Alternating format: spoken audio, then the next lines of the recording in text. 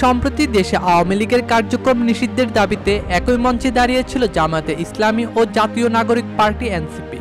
কিন্তু সেই দাবির বাস্তবায়নের পর দুপক্ষের মধ্যে দ্বন্দ্ব প্রকাশ পেয়েছে, যা এখন বাংলাদেশের রাজনৈতিক অঙ্গনে জোর আলোচনা সৃষ্টি করেছে।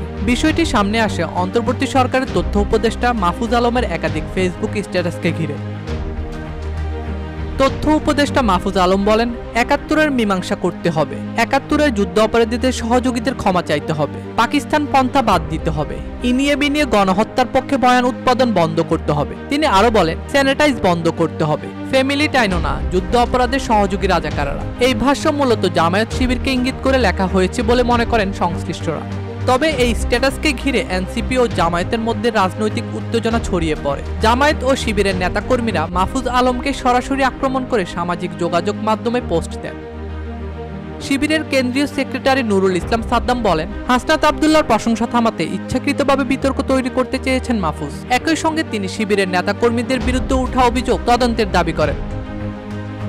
এনসিপির সদস্য সচিব আক্তার হোসেন বলেন, আমরা মুক্তিযুদ্ধের বিষয়ে স্পষ্ট অবস্থান চাই। ৭১-এ জামায়াতের ভূমিকা নিয়ে ধোঁয়াশা থাকা রাজনৈতিক শুদ্ধতার পথে বাধা।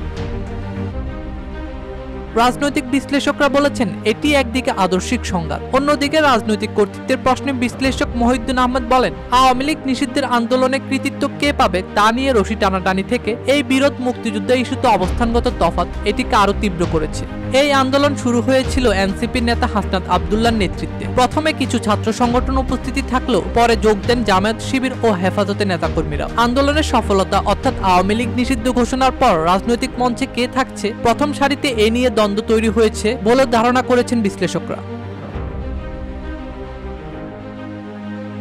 এনসিপির ফেসবুক স্ট্যাটাস বিবৃতি ও তাদের মুখ্য নেতাদের বক্তব্য পরিষ্কার, তারা নিজেদের মুক্তিযুদ্ধপন্থী মধ্যপন্থা দল হিসেবে চিহ্নিত করতে চাইছে। অন্যদিকে জামায়াত বা শিবির ৭১ ইস্যুতে তাদের অবস্থান নিয়ে প্রশ্নে প্রকাশে আসতে অনিচ্ছুক। এই দ্বন্দ্ব বাস্তব কি কৌশল সে প্রশ্নে এখনো ধোঁয়াশা রয়ে গেছে। কেউ বলেছেন, আগামী নির্বাচনের আগে জামায়াতের সঙ্গে দূরত্ব তৈরি করতে এনসিপি নিজেদের ভিন্ন রাজনৈতিক শক্তি হিসেবে উপস্থাপন করতে চাইছে। আবার কেউ বলেছেন, এটি তাৎক্ষণিক মনস্তাত্ত্বিক প্রতিক্রিয়া, যা হয়তো আবারও রাজনৈতিক সমঝোতায় মিশে যাবে। ডেস্ক রিপোর্ট, দৈনিক দেশকাল।